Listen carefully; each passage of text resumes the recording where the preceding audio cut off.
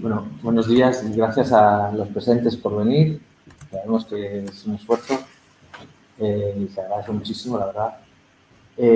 También agradecer a los ponentes que van a intervenir a lo largo de la mañana, que luego nos contaremos. Y por supuesto también agradecer, ya que nos están viendo también en streaming en el canal de YouTube y en el canal de Lisi, agradecer también a las personas que a través de las entrevistas que hemos hecho con el proyecto, ya os cuento, esto ha llevado pues, un trabajo bibliográfico, de documentación y también sobre todo de enterarnos a través de primera mano, a través de entrevistas con personas que están metidas en proyectos de comunidades energéticas, pues agradecer también a todas esas gentes que nos han ayudado en las entrevistas a conocer un poco el panorama de las comunidades energéticas. Yo lo que voy a intentar transmitiros así bastante rápido, porque son de orden de 30 diapositivas, intentando compilar toda la información que nosotros ofrecemos a través de la formación online y cuyo objetivo básicamente es que cualquier persona que esté interesada en conocer o en empezar a conocer las comunidades energéticas, que tenga una visión lo suficientemente amplia y no demasiado detallada, pero bastante, de todo el panorama y el contexto que nos lleva a este momento en el que vivimos actualmente, en el que la sociedad empieza a moverse hacia el interés de las comunidades energéticas. Y bueno, entonces, este será el contenido que sigue básicamente los temas que nosotros ofrecemos en la formación online. Son 7 temas. Por supuesto, para profundizar tenéis el enlace que os he dicho de aquí en la página de Rural Energy Astronautas en los diversos idiomas y en español. Para profundizar en los temas también hay unos test. Entonces, bueno, lo primero que haré es hablar del contexto energético en Europa y en nuestro país, de la estrategia que sigue la Unión Europea, la situación por países. En el caso de los socios del proyecto, ellos también han hecho una recopilación de su contexto concreto. Nosotros aquí no os vamos a contar eso porque bueno, nos sobra, ¿no? Luego la legislación y las definiciones, los tipos de energía que se pueden abordar a través de las comunidades energéticas, tipos de comunidades energéticas que tenemos en nuestro país y luego una serie de temáticas transversales, como decía Enrique, que son sobre todo la pobreza energética y los grupos vulnerables. En cuanto al contexto, bueno, pues brevemente decir que ahí en esa primera imagen que tenéis a la izquierda arriba veis un poco el resumen histórico del ser humano y su relación con la energía, ¿no? Empezamos con el fuego, después en el Neolítico empezamos a domesticar animales y se da la agricultura, comienzan las civilizaciones como las entendemos hoy en día, y ya es en el siglo XIX cuando aparecen ese descubrimiento de una energía baratísima y en grandes cantidades y muy concentrada, que son las energías fósiles, el petróleo, el carbón y el gas natural, y con la industrialización pues llegamos a una sociedad absolutamente dependiente de ese desbordamiento energético, ¿no? Y en el siglo XXI, que es el último hito, nos encontramos con una paradoja o una situación compleja, que es que como sociedad pretendemos desacoplarnos de esa dependencia de esa energía barata para seguir con nuestra actividad económica sin que sufra, ¿no? Y veremos si eso es posible. Bueno, es complejo, es un debate muy intenso que se está viviendo actualmente, ¿no? Pero ahí está, en ese momento es en el que nos encontramos, en una especie de encrucijada. Luego tenéis ese simbolito que también habréis conocido seguramente, que son el típico icono, logo de los Objetivos de Desarrollo Sostenible, que quiere resumir un poco la temática que ofrecemos en la formación también, sobre el panorama histórico que sigue el concepto de desarrollo sostenible, ¿no? Empieza en los años 70 con la Conferencia de Estocolmo, continúa, por ejemplo, con el hito de los Acuerdos de París, que es en el que nos encontramos también ahora actualmente intentando cumplir con ese hito, los Acuerdos de París, por el tema del cambio climático, etcétera. Y últimos hitos que son la pandemia, que dura aproximadamente 2 años, en la que todo se para. Y por último, el último momento en el que nos encontramos es la guerra entre Rusia y Ucrania, ¿no? Que también veremos que condiciona toda la cuestión energética y que, por supuesto, condicionará también el desarrollo de las comunidades energéticas, para bien y para mal. Luego también contamos un poco el contexto a nivel mundial energético.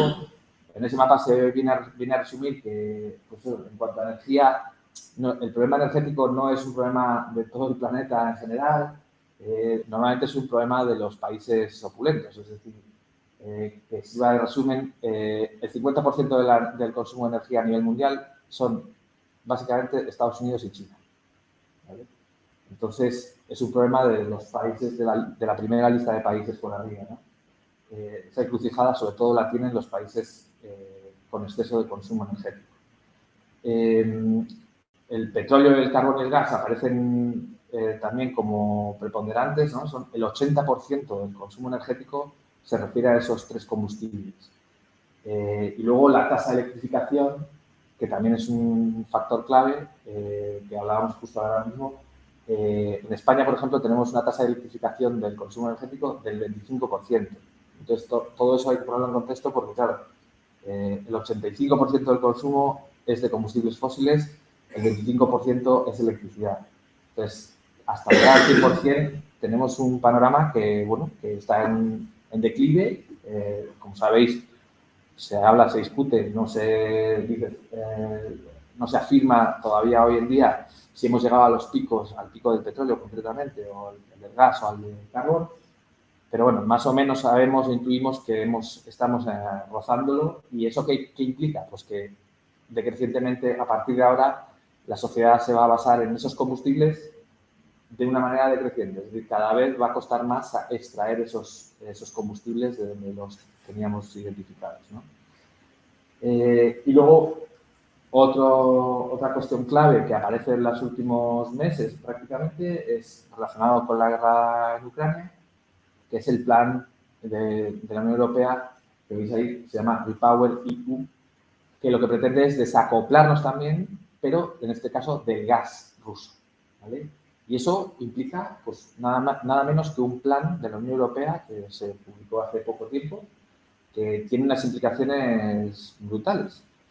Así, por resumir, implica duplicar la instalación de energía solar de aquí a 2025, de la que ya tenemos, duplicar la tasa de instalación de bombas de calor, esos sistemas que luego comentaremos para la calefacción, agilizar la tramitación de los grandes proyectos eólicos y solares y declararlos de interés general, insta a los estados a zonificar la energía renovable, o sea, dónde se puede ubicar en el territorio, y, sobre todo, obliga a una tramitación abreviada en todos estos grandes proyectos eólicos y solares. Y luego insta también a los Estados miembros a tener unos objetivos por cada país mínimos en el tema del... O sea, habréis oído hablar del hidrógeno como solución, de hidrógeno renovable, hidrógeno verde, hidrógeno azul. ¿No? 10 millones de toneladas de hidrógeno por cada país de producción nacional y otros 10 millones de importación. Digamos que este plan enfoca, o sea, centra el foco hacia el hidrógeno como solución, ¿no? a esa paradoja en la que nos metemos ahora. Y luego también un plan del biometano, que también habéis oído hablar, que ahora está muy también en el debate en nuestra región también, como otra de las soluciones, ¿no? El biometano. Luego pasamos a hablar de los materiales escasos. Todo esto, esta transición energética, es decir, acabar con las emisiones de carbono y pasar al 100% de producción energética renovable, también hay que contextualizarlo en el sentido de se hacen necesarios un montón de materiales y energía. Por supuesto, los molinos, por ejemplo, los molinos eólicos hoy en día no son los mismos que hace 20 o 30 años. Los materiales aluminio, cobre, litio, níquel, zinc, silicio, cobalto y tierras raras, por poner ejemplos, el aluminio, o sea, la implicación de la transición energética en términos de aumento de extracción de estos materiales en el sentido de el aluminio requiere un aumento del 33% en su extracción, del cobre de un 35%, del litio de un 3.500%, del níquel un 100%, del zinc un 15%, silicio un 45%, cobalto un 3.000%, y las tierras raras, que son una serie de elementos que también requieren las renovables, de aproximadamente 2.600% en el incremento de la extracción. Concretamente, la mayoría de estos elementos la Unión Europea los está adquiriendo sobre todo de China y Rusia, que son los mayores productores de estos materiales. Por supuesto, también la extracción de estos, el incremento de extracción y la extracción actual y el incremento requieren de combustibles fósiles porque toda la extracción minera de estos materiales no hay otra manera ahora mismo como solución de extraer que no sea con gasoil de la maquinaria pesada que se requiere. Esto implica que el desacople que pretendemos requiere 4 veces la energía a instalar en renovables. Es decir, que paradójicamente, de nuevo, para intentar la transición, en el momento en el que estamos, implica que requerimos de 4 veces la energía que vamos a instalar.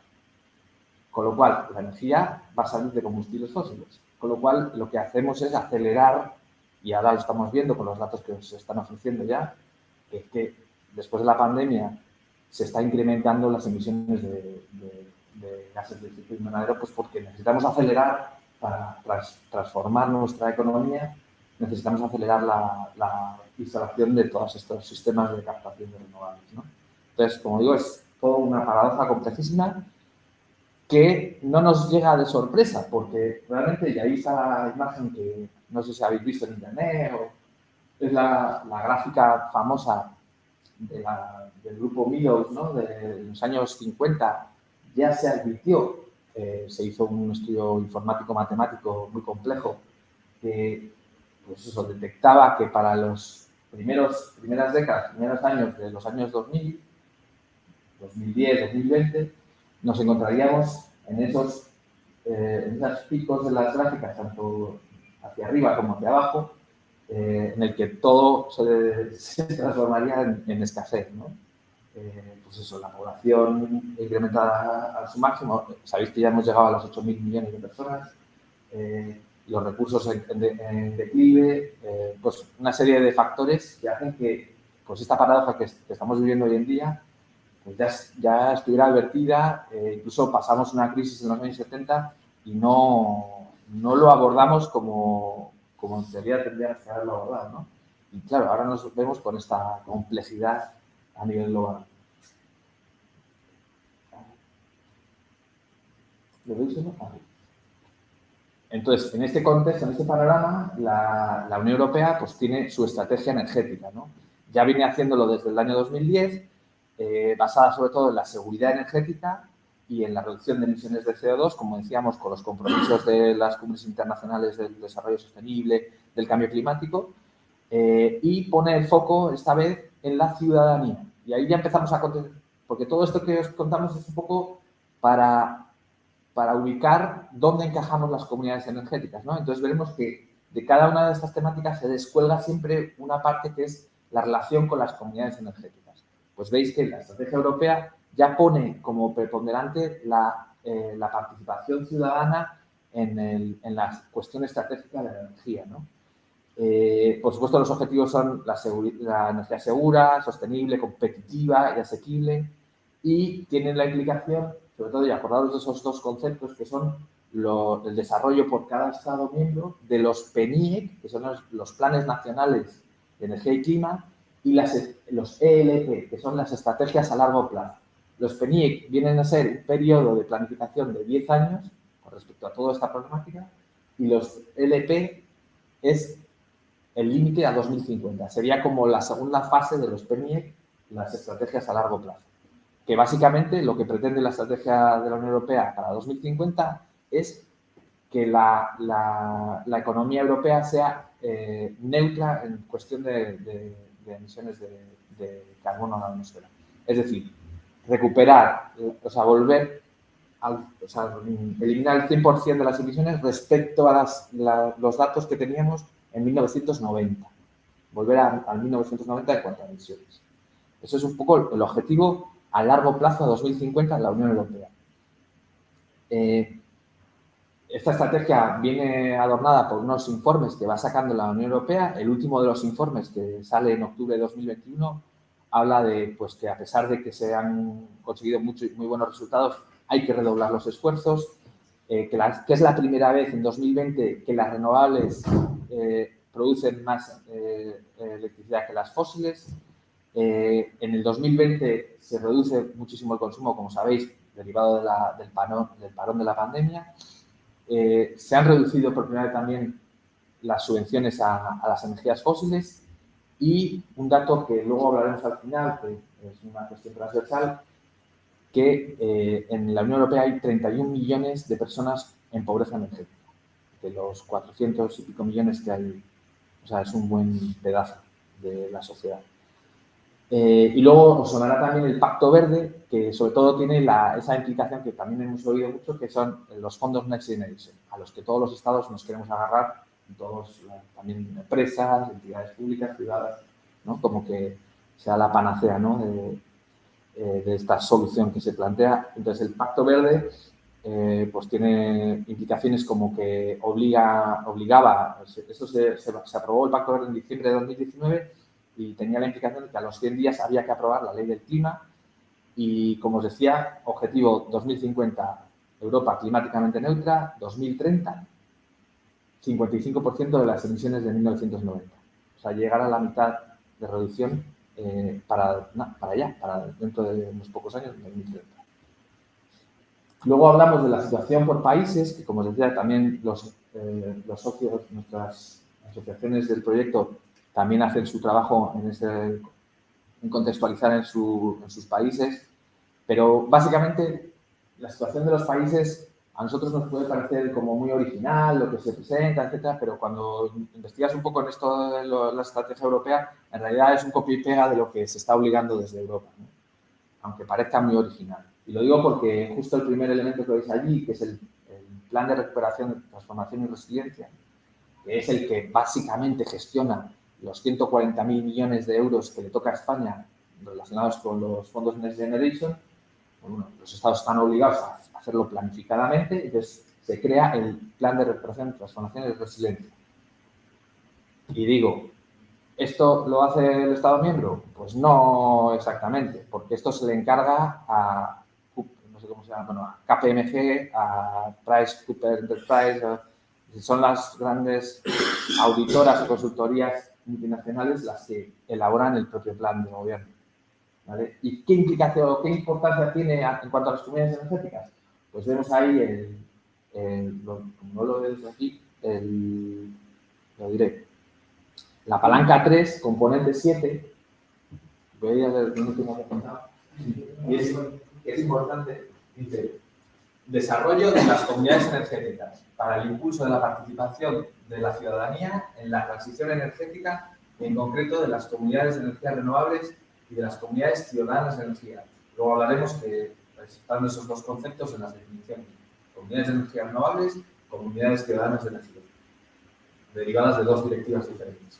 Se apoyarán tanto los procesos participativos, formativos y de constitución de las comunidades, como el impulso de proyectos específicos.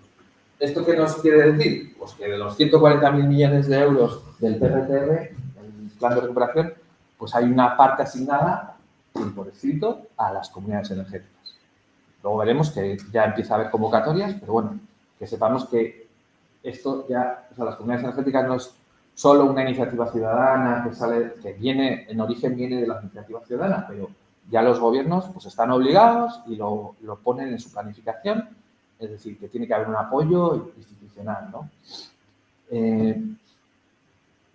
Después tendríamos, bueno, el marco, de ahí deriva el marco estratégico de energía y clima, que por resumir son esas tres herramientas que tiene el marco, que son la ley de cambio climático, el PNIEC de la década y la estrategia de transición justa. Veréis ahí, bueno, la ley de cambio climático y el PNIEC se contradicen en muchas cosas en las cifras que ofrecen en cuanto a objetivos, ¿no? La ley de cambio climático habla de una reducción del 20% para 2030 de los gases de efecto invernadero. Esto es menos que lo que dice la Comisión Europea, que habría que hacer.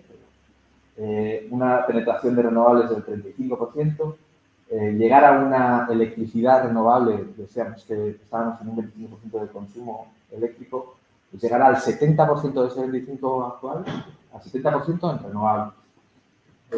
Y luego la reducción del consumo energético primario, es decir, en todas las fuentes de energía, del 35%. Y por supuesto el objetivo que todos coinciden, que es la neutralidad en 2050. Y el PNI, un 21% de reducción de emisiones, renovables de un 42% la penetración, la electricidad renovable un 74%. Y esto también llama la atención, ¿no? Pero la transición energética, es decir, la paradoja que tenemos que resolver, según el gobierno, pues se resuelve con una mejora de nuestro PIB, o sea, un crecimiento económico. Es decir, la transición energética implica mayor crecimiento económico, porque va a dar, bueno, habla de cifras de empleo del orden de 300.000 nuevos empleos solo por el hecho de la transición energética. Volvemos otra vez a la ciudadanía, ¿no? Establece el concepto de los prosumidores, ¿no? Y las comunidades energéticas, por supuesto, también habla de ellas. Lo que pretende es eliminar los picos de demanda, que es uno de los problemas que tenemos energéticos en todos los países, ¿no? Hablábamos en las renovables, sobre todo, también tiene su intríngulis. Intentar aplanar la curva, ¿no? Ese concepto famoso.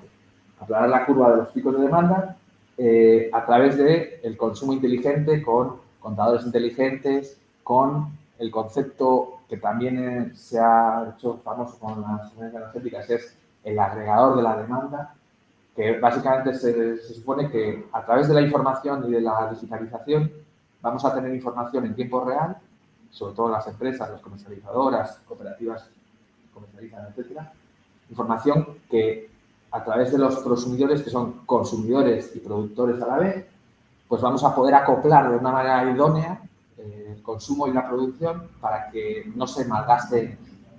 Y de esa manera podemos llegar a aplanar la curva. Por supuesto, la movilidad sostenible, con unos objetivos bastante ambiciosos de llegar en 2030 a los 5 millones de vehículos eléctricos. Ahora mismo creo que estábamos... tengo por aquí anotado, no me acuerdo cuál, 100 y pico mil, creo que recuerdo que estamos ahora en vehículos eléctricos.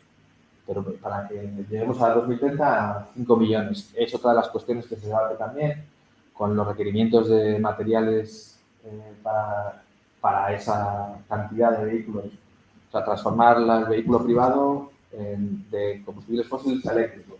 Veremos si es posible o si hay que incidir mucho más en el transporte público que en el vehículo privado, ¿no? Porque es muy difícil que podamos conseguir todos esos materiales en forma de baterías, de minerales que necesitan todos esos vehículos. Y luego, por supuesto, también, que tenemos ahora, es la rehabilitación masiva del parque de viviendas. Cifras también escandalosas de conversiones de la envolvente de los edificios, rehabilitación de millones de viviendas en toda Europa.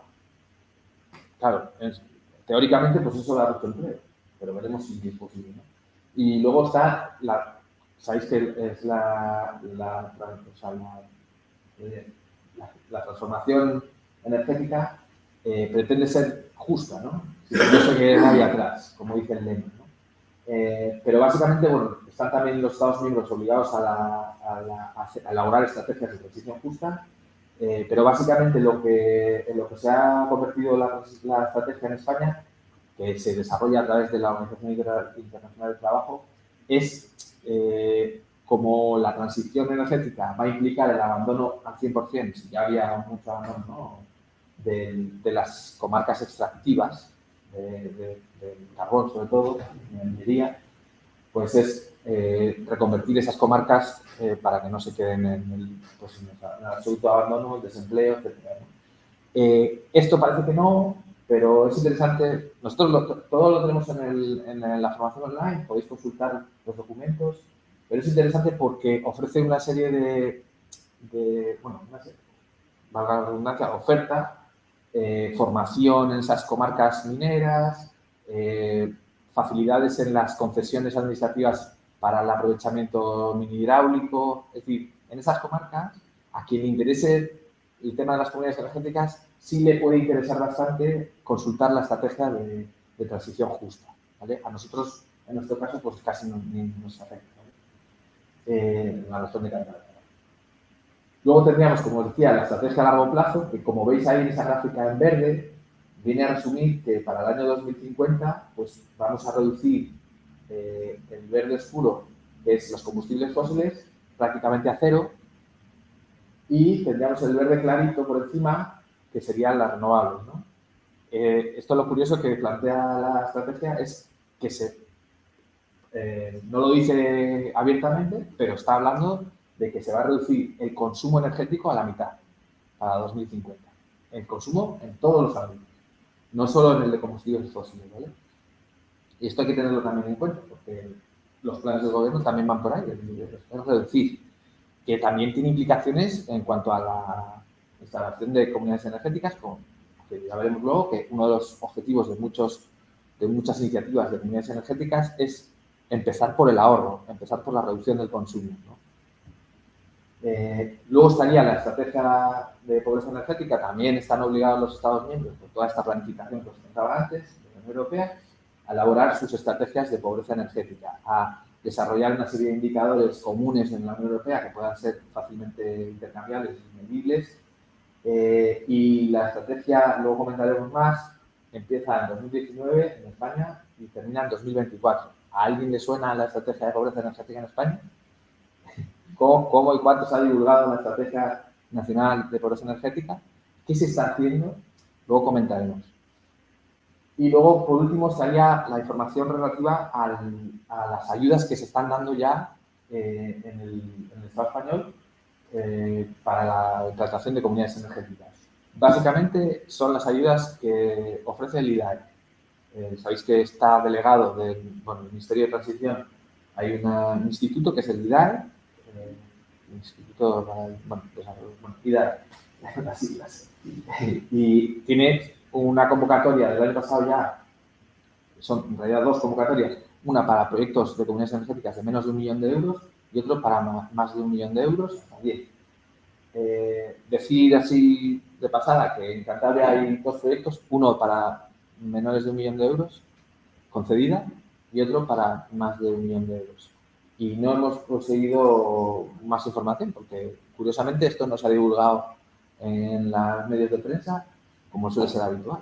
Así que no sabemos qué proyectos son esos de comunidad energética. Luego estaría la hoja de ruta del autoconsumo, que también es relevante para las comunidades energéticas, a pesar de que la hoja de ruta del autoconsumo se elabora un poco sin atender a la lógica de las comunidades energéticas, pensada para las instalaciones de autoconsumo de manera a título personal privado, pero es importante porque establece unos objetivos a medio y largo plazo que ya ahora estamos en el orden de 2 y pico, veis ahí que para 2020 el gobierno establecía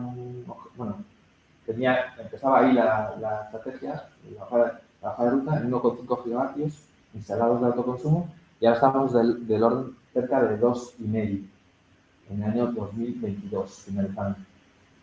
Hay dos escenarios, uno menos halagüeño, que serían las instalaciones de 9 gigavatios y otro de 14. Si veis en internet, veis muchas empresas tecnológicas o de instalación energética, etcétera, que están apostando porque se va a superar con creces los 14 gigavatios de potencia instalada de autoconsumo. Es relevante la hoja de ruta pues porque es la que primero establece la legislación que afecta a las instalaciones de autoconsumo. Entonces, de alguna manera, sienta las bases para lo que ahora mismo, y luego esto lo hablaremos sobre todo mañana porque tenemos una ponente que es experta un poco en la parte jurídica que se está desarrollando en Navarra y, pues bueno, la complejidad jurídica legal, que también hablaremos ahora, en el Estado español, porque todavía no se han transpuesto 100% las directivas que hablan de comunidades energéticas. Y luego estarían otra serie de planes y estrategias derivados también de lo que os comentaba, estrategia de almacenamiento energético, hoja de ruta del hidrógeno renovable, la hoja de ruta para el desarrollo de la eólica marina y las energías del mar y la hoja de ruta del biogás. ¿Vale? Hay una página, un blog informativo que no es una tal Lucía la que lo desarrolla, sino el propio IDARE. ¿Vale? Pasaríamos al tema 4, que sería la legislación, que también es clave en todo esto de las comunidades energéticas. La Unión Europea en toda su estrategia establece el paquete de invierno o Clean Energy for All Europeans. De nuevo, los ciudadanos en el centro, ¿no? Esto deriva en 7 u 8 normativas. Aquí destacamos las importantes en cuanto a comunidades energéticas, que tienen una serie de implicaciones, aunque no todas, 2 de ellas son las que derivan o sea, desarrollan la definición de comunidad energética, solo 2 de ellas, pero el resto, ¿qué implicaciones tiene? ¿Por qué es importante enterarse de lo que dice la Directiva de Eficiencia Energética? Bueno, porque van a tener una serie de implicaciones que nos van a, si nosotros desarrollamos una comunidad energética, nos van a coger de perfil, entrecruzada, es decir, nos van a afectar de una u otra manera. Las pretensiones de la Unión Europea y por secundariamente de los Estados miembros es de aplicar estas directivas y, por ejemplo, la eficiencia energética de edificios va a tener una serie de pues eso, implicaciones a nivel constructivo, de aislamiento, de mejora de la eficiencia energética, que van a afectar, y de hecho la propia directiva dice y recalca que habría que desarrollar esto antes de ponerse a hacer comunidades energéticas y dimensionar energías renovables, porque estamos empezando la casa por el tejado, y nunca mejor dicho. Es decir, tenemos un parque inmobiliario pues caduco en el sentido de la eficiencia energética y lo que, aunque sea muy utópico, pretende la Unión Europea es transformar casi prácticamente el 100% del parque inmobiliario a consumo cero en cuanto a emisiones de CO2. O sea, que los edificios no emitan CO2. ¿Vale? Ahí veis, objetivos, edificios cero emisiones, eficiencia energética, es decir, que todos los edificios públicos y privados, unos al 2027 los edificios públicos, 2030, 2000, bueno, pone una serie de objetivos diferentes según en qué tipo de edificaciones, pero al final que todos pasen en los niveles escala de eficiencia energética que lleguen al objetivo, a la clase E en cuestión de eficiencia energética. Insta a los gobiernos a elaborar los planes nacionales para la rehabilitación de todo el parque inmobiliario, insta también a la homogeneización de esos indicadores de eficiencia energética, porque ahora mismo en Europa hay un mix, ¿no? Hay quien se entere de cuál es el nivel, no es comparable entre países, digamos. También establece como relevantes y clave en toda la transformación, porque claro, el parque inmobiliario, justamente los peores, los mal parados en todo el tema de la eficiencia energética en el parque inmobiliario son los más vulnerables. Por lo cual, la directiva lo que pretende es que se empiece también por esa parte prioritariamente. Es decir, que sean los que más fácil lo tengan a la hora de pues, comunidades de vecinos en barrios vulnerables puedan acometer esos cambios de la envolvente o de mejora de eficiencia más que los que tengan capacidad económica, ¿no? Y por supuesto que sea previo al dimensionamiento de las renovables y del establecimiento de las comunidades energéticas. Luego hay una directiva de fomento de uso de renovables, pues bueno, que lo que pretende es implementar la implantación de renovables y sobre todo la clave de esta directiva es que es la primera que define las comunidades de energía renovables, ¿vale? La primera definición de comunidad energética a nivel europeo, que por supuesto tiene la obligación cada Estado miembro de transponerlo a su legislación propia, ¿no? Luego estaría la Directiva de Eficiencia Energética, que se centra sobre todo, y ahora se está hablando en prensa, no sé si lo habéis oído, de los sistemas de calefacción comunitarios. El problema que tenemos en España, sobre todo en las grandes ciudades, es que hay un derroche absoluto de combustible y de energía en los sistemas centralizados de calefacción.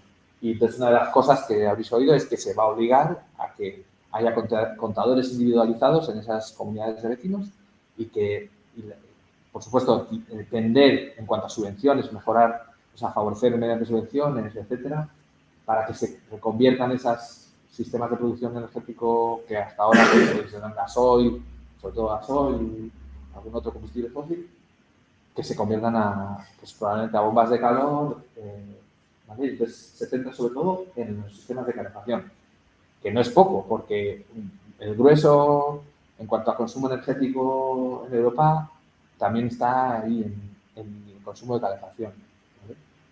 El consumo energético, que no necesariamente consumo eléctrico, ¿vale? Sabéis que la calefacción, pues bueno, va reconvirtiéndose a eléctrica, pero ahora mismo el grueso es combustible fósil o leña o que se puede considerar renovable. Luego un reglamento sobre la gobernanza que lo que hace es apretar a los Estados miembros de alguna manera para que desarrollen los PNIEC y las estrategias a largo plazo, y una directiva y reglamento del mercado eléctrico, que es otra de las directivas que establece otra definición de comunidades energéticas. En este caso, comunidades ciudadanas de energía. Y ahí, un poco para resumir, las diferencias entre comunidades de energías renovables que establece la directiva de fomento de usos renovables y la directiva del mercado eléctrico define las comunidades ciudadanas de energía. En resumen, comunidades de energía renovable básicamente pueden basarse en cualquier vector energético siempre y cuando sea renovable. Eso sí,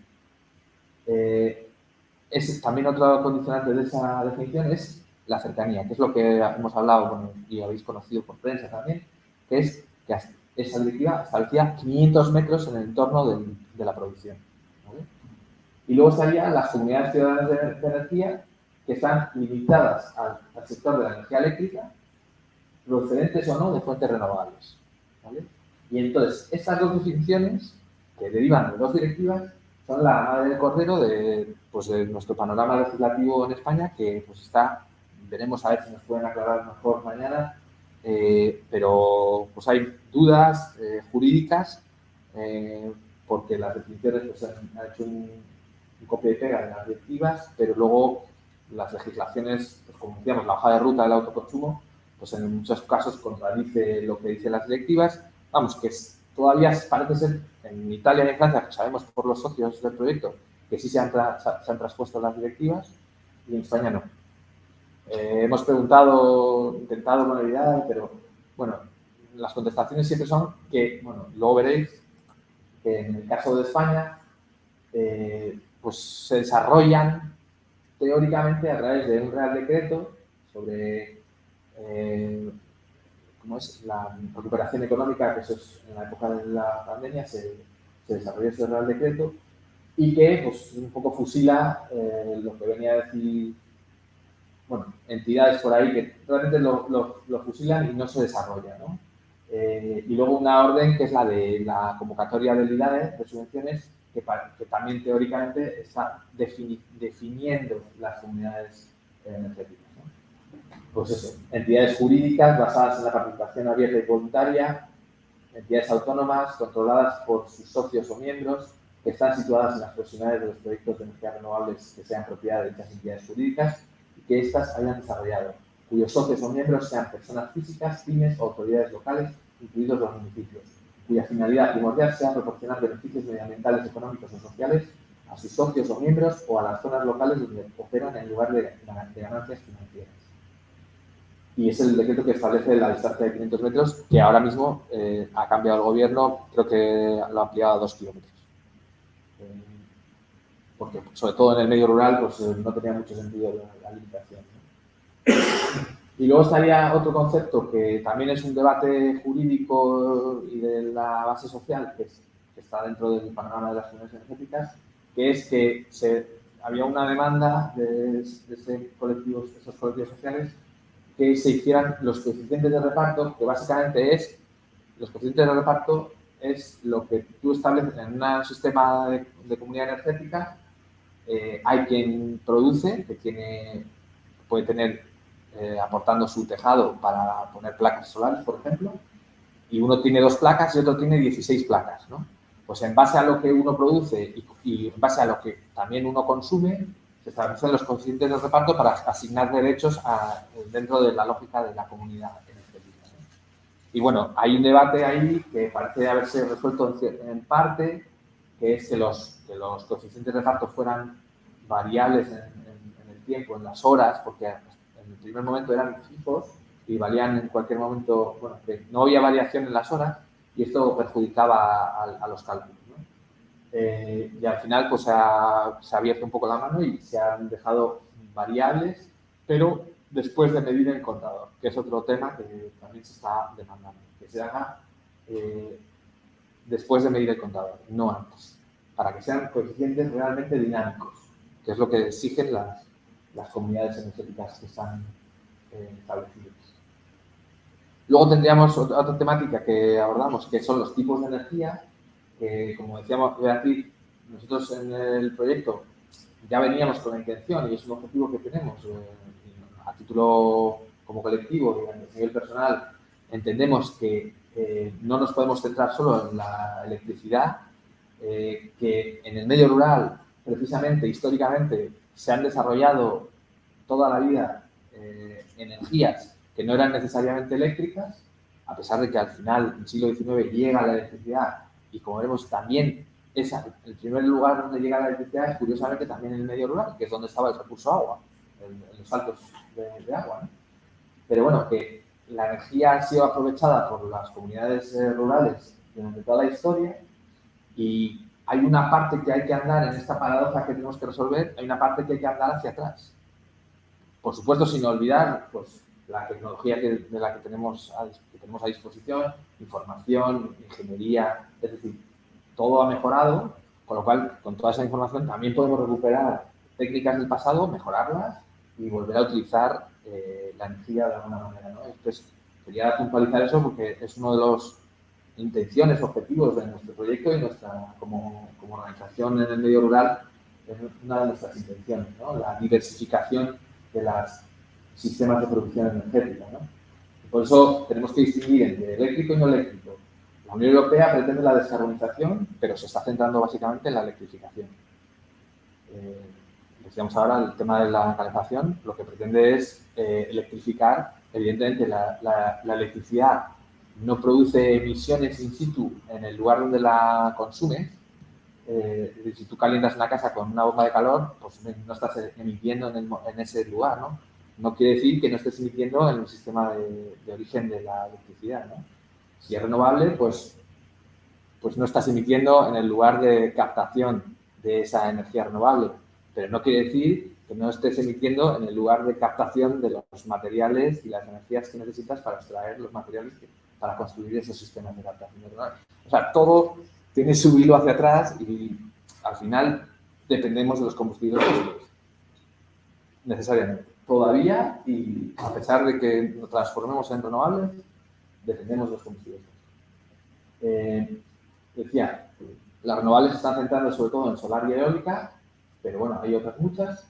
Y recordar que las comunidades de energías renovables pueden ser comunidades energéticas gestoras de diversas fuentes de energía, siempre que sean renovables. No tiene por qué ser fuentes de energía eléctrica o para producir electricidad. Es decir, podríamos reinventar un molino harinero y meterlo en un proceso de comunidad energética. ¿Por qué no? Para producir harina. Y sobre todo destacar que la antigüedad pues, se basaba sobre todo en la energía térmica y en energía mecánica. Bueno, y esa imagen que tenéis ahí era de una de las herramientas más antiguas que hay de aprovechamiento mecánico de la energía, que era pues un torno con un pie y bueno, lo habéis visto seguramente, para moldear madera, ¿no? La energía hidráulica es una de las fuentes básicas de energía que tenemos actualmente. Históricamente, como decíamos, se ha utilizado mucho para aprovechar mecánicamente. Eso es una serrería que utiliza un sistema hidráulico para mover las sierras. Aquello es un batán que se utilizaba para las telas, ¿no? Para afinar los tejidos, golpeándolos hidráulicamente. Y por supuesto tenemos uno de los recursos que existen en nuestro entorno relacionados con la energía hidráulica, son los molinos. En el caso de la SON, aguas abajo, más molinos de mareas y aguas arriba, decenas, por no decir centenares de restos de molinos sobre todo harineros, ¿no? Y también, por supuesto, de la carne, etc. Y luego decir también, lo que decía, el origen también de la electricidad, en el caso de Cantabria, pues también es en el medio rural. En la SON se establecieron un montón de saltos de mini hidráulica o mini eléctrica, llamaríamos ahora, muchas veces patrocinados por la cultura de los indianos, ¿no? También un poco desaparecido. También en esta temática que ofrecemos en la formación, ofrecemos, digamos, diversas iniciativas en cuanto a comunidades energéticas que pueden servir al público interesado, ¿no? Para indagar un poco otros referentes, ¿no? Sobre todo, destacamos EcoPower, no sé si la conocéis, es una cooperativa que nace en Bélgica y es el referente en tema de comunidades energéticas. De hecho, es el origen de la gran red de cooperativas a nivel europeo en cuanto a comunidades energéticas. Ahora son miles, no sé si recuerdo que 50.000 miembros, una cosa así. Una de las cooperativas más grandes de comunidad energética, de copago, que empezaron, curiosamente, no, en un molino harinero que reconvirtieron, rehabilitaron para producir pequeña hidroeléctrica. Otro ejemplo destacable en España y que luego nos contará su máximo responsable municipal, que es el alcalde de Puente la Reina, Gares Energía, que es la comunidad energética que se crea en Gares Puente la Reina, empieza con la intención, lo ponemos, luego lo hablaremos, que es una de las iniciativas que ubicamos como iniciativas de ámbito municipal, es decir, porque nacen un poco con una intención de responsables locales, pero también de la mano de la vecindad, pero no es de las iniciativas aparentemente que nacen solo de los vecinos y luego son los ayuntamientos los que se unen, sino que es un ayuntamiento que tiene la iniciativa de recuperar una pequeña central hidroeléctrica en el pueblo y que ahora mismo están, pues eso, están conformados, han recibido subvención de la Convocatoria del IDAE, tienen una instalación de fotovoltaica en la cubierta de un frontón. Pero por eso la metemos en la hidráulica, porque su objetivo a medio y largo plazo es recuperar una central hidroeléctrica y luego también nos contará, pero también tienen la intención de que eso esté relacionado con el riego, con el sistema agrícola que tienen en el municipio, ¿no? Tendríamos el molino de Beló en Francia, que también es otro de los ejemplos de un molino abandonado, que pues, también está ofreciendo energía a unas 200 familias. Bueno, ahí está la iniciativa como ejemplo, que podéis consultar también. En cuanto a la energía eólica, pues históricamente hemos tenido de nuevo una energía mecánica, o sea, el diferencial de presión atmosférica hace que se genere el viento mueve unas aspas que pueden mover una serie de engranajes y eso ayudará a moler cualquier material. Y eso es lo que tenemos históricamente, pero pues bueno, ya en el siglo XX, a pesar de que ya a principios del siglo XX existen los primeros molinos para producir electricidad, no es hasta pues, las dos últimas décadas que se ponen de moda, ¿no? Y la última de los hitos es esta nueva oleada de grandes proyectos eólicos que por supuesto son mega molinos de muchas decenas de metros de aspa, de torre, mucho material, hormigón, pistas, con sus implicaciones. Y veremos que, bueno, buena parte de las iniciativas que ofrecemos aquí en la página de comunidades energéticas relacionadas con la energía eólica nacen precisamente a veces de la oposición o de la amenaza que puede aparecer con esos grandes proyectos eólicos. Sí. Pues.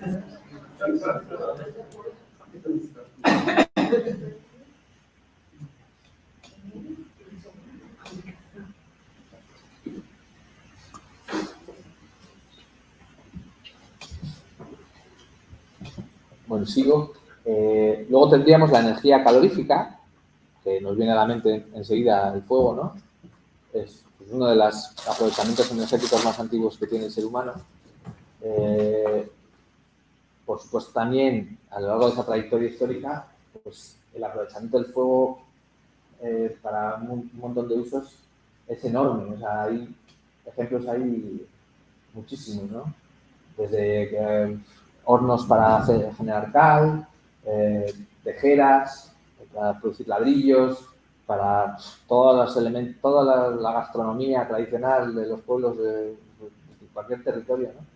Está relacionado con el aprovechamiento del fuego en distintos sistemas tecnológicos, más o menos tecnológicos, de inventos humanos, o como son hornos o distintos aparatos, ¿no? Pero, bueno, en cuanto a la modernidad o el aprovechamiento de la energía calorífica para las comunidades energéticas o para la transición energética, sobre todo nos tenemos que centrar en los ejemplos de district heating, que es el concepto, ¿no?, a nivel internacional que se lleva, que se maneja. Aquí no sé si lo veis, pero la banda azul oscura, casi negra, es la que representa el porcentaje de establecimiento de district heating en cada país de la Unión Europea. Tendríamos a Suecia, Suecia, Estonia y Dinamarca como los primeros, con porcentajes de más de la mitad de la energía, para calentar hogares, en sistemas de district heating. La banda verde representa la dependencia del gas. Veis ahí, los primeros son Holanda, Reino Unido, Italia, Hungría, España. En el caso de España, estamos como en la mitad. Tenemos poca relativa dependencia del gas, mucha de la leña, del petróleo, derivados del petróleo y prácticamente, bueno, bastante electricidad, pero prácticamente cero en cuanto a district heating. Entonces es un recorrido que todavía España tiene bastante por hacer. Hay algunos ejemplos de nuevos barrios que se están diseñando, desarrollando yo recordar si eran Vitoria, Pamplona, Donosti. Hay algunos district heating ya en desarrollo, pero vamos, todavía estamos muy en el inicio del desarrollo de estos sistemas. Pero es relevante porque en cuanto a comunidades energéticas son justo los casos en los que se pueden ver que han aparecido comunidades energéticas en Europa relacionadas con el aprovechamiento de energía calorífica para calefacción. Caso concreto de una comunidad energética es el de Forestener en Francia, que bueno, que da servicio a casi 200 viviendas, los edificios municipales, centro cultural, una cervecería, un montón de edificios, ¿vale? Y eso es un caso muy concreto y de éxito de comunidad energética para energía calorífica. Y luego tendríamos proyectos que no son, también ofrecemos mucha información sobre proyectos que no son concretamente comunidades energéticas, pero que son o bien proyectos europeos, pues proyectos LIFE, proyectos Horizonte 2020, ¿vale? Como Viñedos por Calor, que creo que es un LIFE en Cataluña, que lo que pretendía el proyecto, ahí está toda la información del proyecto, etcétera, pretende recuperar el aprovechamiento de las podas de los viñedos no sé si en Penedés o una de estas comarcas vinícolas, con un sistema de calefacción para producir la electricidad y energía de las instalaciones de los viñedos. Luego tendríamos esta iniciativa, que sí me gustaría que vierais el vídeo, que se va a entender mejor. Lo voy a poner rápidamente. El gasto en calefacción y climatización representa el 51% del consumo de energía final en Europa. Más de 3/4 partes de estas necesidades se cubren mediante combustibles fósiles insostenibles y perjudiciales para el medio ambiente. La bioenergía es una alternativa renovable y de proximidad que permite a las economías locales prosperar. Consiste en utilizar materias primas orgánicas procedentes de la agricultura, la agroindustria, la silvicultura y los residuos municipales para generar energía en diversas formas. A nivel europeo, el 75% de la bioenergía se destina a calefacción y refrigeración, pero existen todavía factores que dificultan su uso. Presentamos BICOP, Un proyecto financiado por la Unión Europea cuyo objetivo es democratizar la bioenergía para su uso en calefacción y promover su potencial comunitario. BICOF se inspira en el modelo RESCO, que permite a los particulares y a las comunidades recuperar y colectivizar una producción de energía descarbonizada y renovable. Una cooperación entre usuarios, grupos de interés y autoridades locales. Este enfoque circular comunitario empodera a los individuos y territorios que lo adoptan, aumentando la independencia energética, la seguridad y la resiliencia a través de recursos locales. Permite ahorrar costes de calefacción con un menor impacto ambiental, aumentando los beneficios sociales en términos de bienestar y reducción de la pobreza energética. BICOF aporta conocimientos y soporte para mejorar las condiciones que permitan crear una fuerte comunidad internacional de bioenergía. Proporciona herramientas de apoyo a los proyectos comunitarios existentes y futuros, facilitando su desarrollo y reduciendo los esfuerzos en tiempos y costes. Un total de 4 casos pilotos complementarios ilustran la viabilidad del modelo en España, Grecia, Polonia e Italia. BICOF, desbloqueando el potencial de la bioenergía comunitaria. Bueno, como veis, crean un concepto, no sé si me gusta mucho lo de que se creen así conceptos de la nada, que luego nos nadamos en conceptos nuevos, pero bueno, como veis, no solo son... Okay, so from right now we will start recording our webinar. Thank you again for your participation. Como veis, no solo son proyectos de lo que ponemos en la formación online, información sobre proyectos de comunidades energéticas, sino muchos proyectos pues eso, europeos que están relacionados con las comunidades energéticas. El caso concreto es este, que es un Horizonte 2020, que lo que pretende es facilitar los procesos para las comunidades energéticas. Entonces, alguien interesado en iniciar una comunidad energética, pues le puede interesar indagar en estos proyectos que son básicamente divulgativos o de investigación para mejorar, ¿no?, los procesos de comunidades energéticas. Luego tendremos la energía solar, por todos conocida, de nuevo muy enfocada en la solar fotovoltaica. Conoceréis la solar térmica, ha quedado relegada en segundo plano. Las empresas de solar térmica están denunciando que las nuevas estrategias y planes del gobierno, de los gobiernos de Europa, pues están abandonando la idea de aprovechar el sol como energía para mejorar el sistema de calefacción, y esto está quedando pues sin inversiones, ¿no?, a nivel público.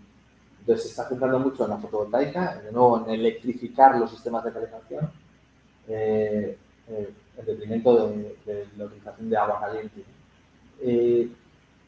Y de nuevo hablar del plan REPowerEU a raíz de la guerra de Ucrania, que lo que pretende es, bueno, creo que está saliendo también un plan de energía solar en la Unión Europea, que se va a aprobar ya.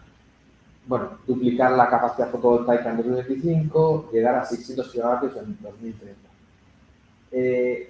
Paradójicamente también, a pesar de que es un poco uno de los monstruos que amenazan el medio rural en España, también es la más apta para iniciar las comunidades energéticas, porque las instalaciones de paneles solares son las más modulables, la más barata de adquirir en un primer momento, y vemos que muchas comunidades energéticas que tienen objetivos a largo plazo de aprovechar recursos patrimoniales del río, etcétera, etcétera, empiezan con un primer pasito, con una pequeña instalación de paneles solares en una cubierta pública, etcétera. Y bueno, la energía solar fotovoltaica pues no deja de tener su, como decías, el monstruo que amenaza, ¿no? Porque evidentemente en un medio rural en el que el sector primario pues cada vez se las ve y se las desea para llegar a fin de mes o para que le den las cuentas, pues si te parece un proyecto solar que te compra o te alquila los terrenos y con una rentabilidad muy superior a la de tu actividad agropecuaria, pues evidentemente, pues, ¿qué vas a decidir, ¿no? Proyectos, ejemplo de energía solar, en Lisboa tenéis una herramienta magnífica que de momento solo está para Lisboa, pero si quieres una casa en Lisboa puedes identificar la capacidad fotovoltaica que tiene tu cubierta, ¿no? Que no es un proyecto concreto de comunidad energética, pero es un horizonte 2020 que también sirve a las comunidades energéticas. Alquiler solar en Francia, por ejemplo, otro ejemplo, no hace falta comprar o adquirir los sistemas, las instalaciones de fotovoltaicas, se pueden desarrollar modelos con la participación de los entes públicos para que las instalaciones sean alquiladas. Caso concreto del Ayuntamiento de Viena, que también tiene una empresa pública que alquila los paneles sin ninguna obligación a los usuarios, o sea, es dar facilidades, ¿no? O, como decíamos antes por aquí, si en el norte de Europa hay menos sol que aquí, ¿no? Pues evidentemente en Edimburgo probablemente hay una capacidad, un potencial de radiación mucho menor y probablemente estamos hablando de uno de los proyectos de comunidad energética en cuanto a instalación de paneles solares más grande de Europa, que incluye a cientos y cientos con ya no sé, 2,1 millones de euros recaudados, con 250 euros te haces socio y participas ya de la producción. O sea, que no hace falta estar en España para poner paneles solares, ¿no? Y luego, muy importante también, que las comunidades energéticas, las comunidades de energías renovables, incluyen también la posibilidad de desarrollar proyectos de movilidad sostenible con comunidad energética. Tenemos ejemplos en Europa. El más famoso es el Partagó en Países Bajos. Y leo rápidamente porque casi con esos datos es que a cualquiera se le entienden un poco, se le abren los ojos, ¿no? Una cooperativa de coches eléctricos compartía cerca de ti el modelo Sunrun Zoe, un coche urbano 100% eléctrico con una autonomía de 300 kilómetros. Seguro a todo riesgo, seguro de daños, con parte propia de 500 euros, asistencia jurídica, tarjeta de coche de carga en el coche compartido para poder cargar en cualquier lugar de Europa, asistencia en caso de avería y asistencia en cartera 24/7, limpieza mensual del coche compartido por Partagó, el coche de sustitución en caso de avería lo proporciona Partagó, servicio de asistencia telefónica 24 horas, mantenimiento técnico realizado por Partagó, acceso a todos los coches de Partagó, no solo al de tu barrio, un ahorro de costes anual de al menos 2.000 euros. Es decir, ¿quién quiere comprarse un coche si puedes tener claro, si vives cómodamente en un sitio en el que tienes acceso a este tipo de vehículos, ¿no? ¿Para qué quieres estar gastándote el dineral que implica tener un coche, ¿no? Y más con lo que va a implicar si se supone que tenemos que comprar todos coches eléctricos. Entonces, son ejemplos de comunidades energéticas que seguramente tienen un potencial de desarrollo y que van a crecer muchísimo. En Cataluña tenemos el ejemplo de Son Movilidad, que es parecidísimo al de Partagó, con decenas y decenas de socios.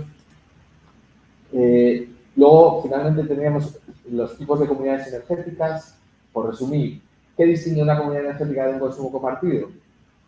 La legislación, que te obliga a ser una asociación, ¿vale? Una entidad jurídica, y esa asociación es la propietaria de las instalaciones, ¿vale? No son los socios los propietarios, que puede reducir emisiones, que puede reducir el consumo eléctrico, quizá los sentimientos de identidad comunitaria, que puedes abordar la pobreza energética y que creas comunidad. Esto suena como a mundos de... O sea, que a la mayoría le puede resultar algo en la teoría que no interesa, ¿no?, al público en general. Pero ahora mismo es lo que está moviendo la aparición de comunidades energéticas. Podemos pensar que es utópico, pero bueno, hay gente que tiene ese perfil, que tiene esos intereses y que está apostando por dedicar su tiempo al desarrollo de comunidades energéticas. Se pueden hacer un montón de cosas: generar energía, distribuir la energía, suministrar energía comprando de manera conjunta en el mercado mayorista, intercambiar entre particulares, agregar energía en el ciclo del agregador, contar con un almacenamiento compartido de energía, prestar servicios de eficiencia energética o prestar servicios de recarga para vehículos eléctricos. Muchos de los proyectos de comunidades energéticas en España también tienen uno de los objetivos es la creación de oficinas de energía municipales, porque es el primer eslabón, ¿no? Empezar a hablar, contactar con la gente para ahorrar en su factura energética, como empiezas a establecer una conexión, a que la gente se empiece a interesar, a que se empiece a informar, y ellos lo ven como estratégico, ¿no? El tener un contacto con el público en general para que haya una recirculación de personas, pues que lo hagan más, pues eso, una una comunidad más saludable, ¿no? Que no sea una comunidad cerrada en la que los socios, los 5 o 6 primeros, como decíamos antes, se acaban desgastando y pues, no haya sustitución, no pues me dicen que ya tengo que terminar. Decir que hay una serie de mapas, en el caso de España, el Aliente, nosotros estamos desarrollando uno que publicaremos en la página. Pues eso, en cada país, mapeos de comunidades energéticas, la complicación del idioma en el caso de Francia e Italia, comunidades energéticas rurales, de tipo ciudadano, destacar Guzmán Renovable, que también nos han ayudado con las entrevistas. En la anterior sesión de taller estuvo presente uno de sus miembros, Raúl.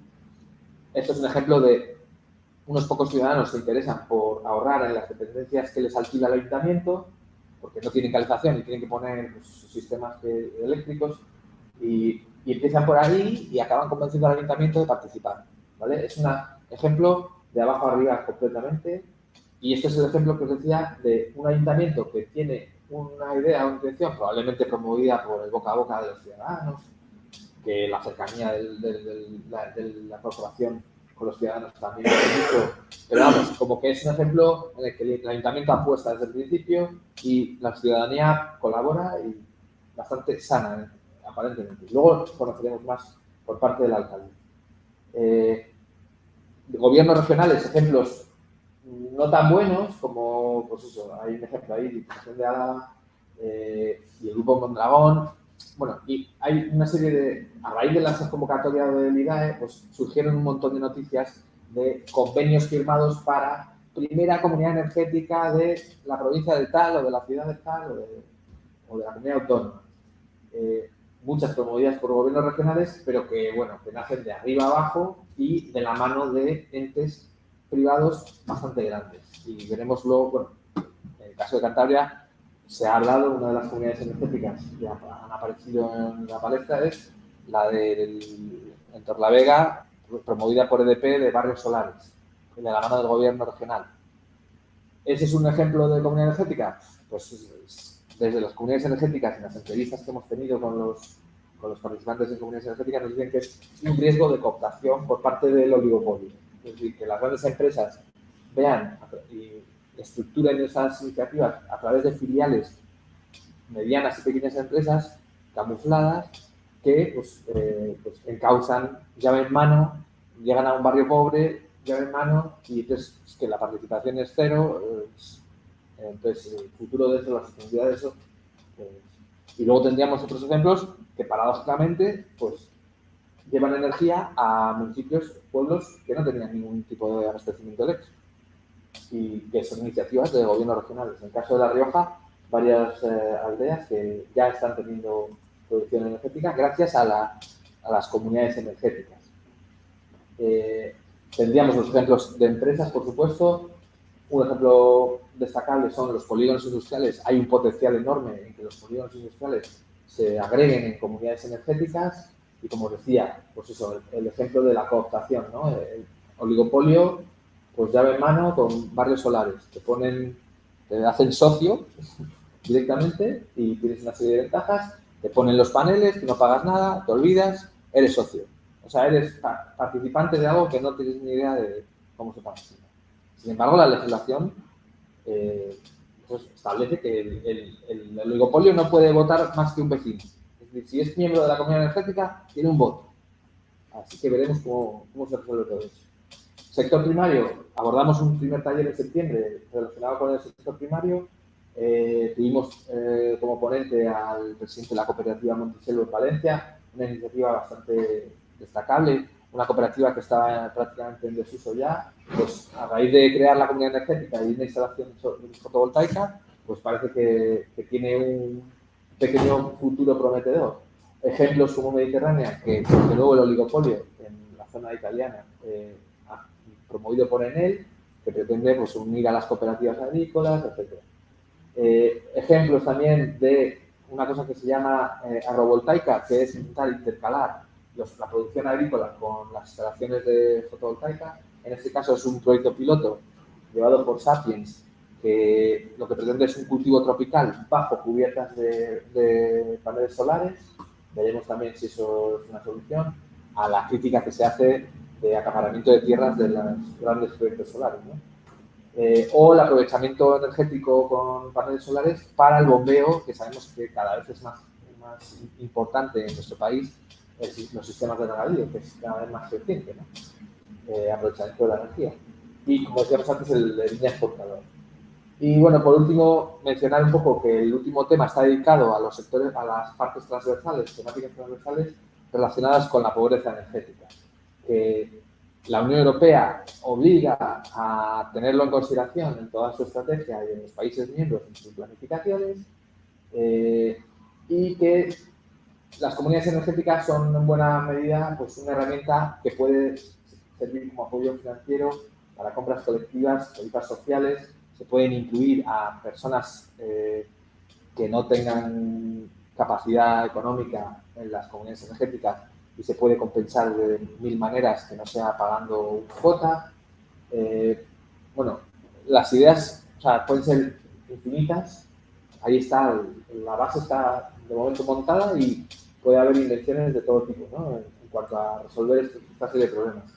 Hay una página de la Comisión Europea que es relacionada con la pobreza energética, de sacar, que tiene un atlas que podéis acceder, donde veréis todas las iniciativas relacionadas con la pobreza energética a nivel europeo, pero ojo, porque buena parte de esas pues, se corresponden con esas amenazas del oligopolio, esos proyectos de llave en mano, como el de los barrios solares, ¿no? Y nosotros destacamos concretamente una serie de ellas que sí que vemos que tienen utilidad para los procesos de comunidad energética. Mencioné antes la estrategia española, es decir, en resumen, hay una serie de indicadores, bueno, sabéis que existe el bono social eléctrico, el bono social térmico, esto viene de antes ya, pero bueno, se siguen manteniendo esos bonos, pero lo que pretende la estrategia a través de sus medidas pues es ayudar de alguna manera a ese sector tan grande de pobreza energética que decíamos al principio, 31 millones de personas en la Unión Europea. Pero decir que esta estrategia que termina el año que viene, en 2024, perdón, en el gobierno de España la aprueba hasta 2024, pues medidas como una página web que funcione como punto de acceso general de información sobre pobreza energética. No existe tal página web, ni existe, ni el Ministerio ni el IDAE ofrecen solución a esa pregunta. ¿Dónde está la medida 15? No hablamos ya de las 20 y pico medidas, que una por una podríamos ir revisando si se ha cumplido o no. Pero no hay una contestación por parte del Ministerio, no sabemos por qué. Dicen que por cuestiones de la pandemia, igual no les ha dado tiempo a hacerlo, está. Hay una estrategia española que no se está cumpliendo. También en la parte en el último tema abordamos proyectos, no solo de comunidades energéticas, que tengan relación, que estén relacionados con mujeres, personas mayores, jóvenes y personas discapacitadas y migrantes. Ahí tenéis la información que decía al principio en la página, para no extender más, pero bueno, hay proyectos de todo tipo que pretenden, bueno, muchos ayudar a la formación de comunidades energéticas y otros ejemplos de comunidades energéticas que por iniciativa propia de la ciudadanía, pues como la Cañada Real, que habéis oído, que están intentando paliar esa lacra que va a ser creciente en los próximos años, que es el de la pobreza energética. Y nada más, esto es todo un poco lo que quería contaros de nuestro proyecto Erasmus Plus. Y luego vamos a tener, ahora hacemos la pausa café y vamos a tener a Ollán Mendo de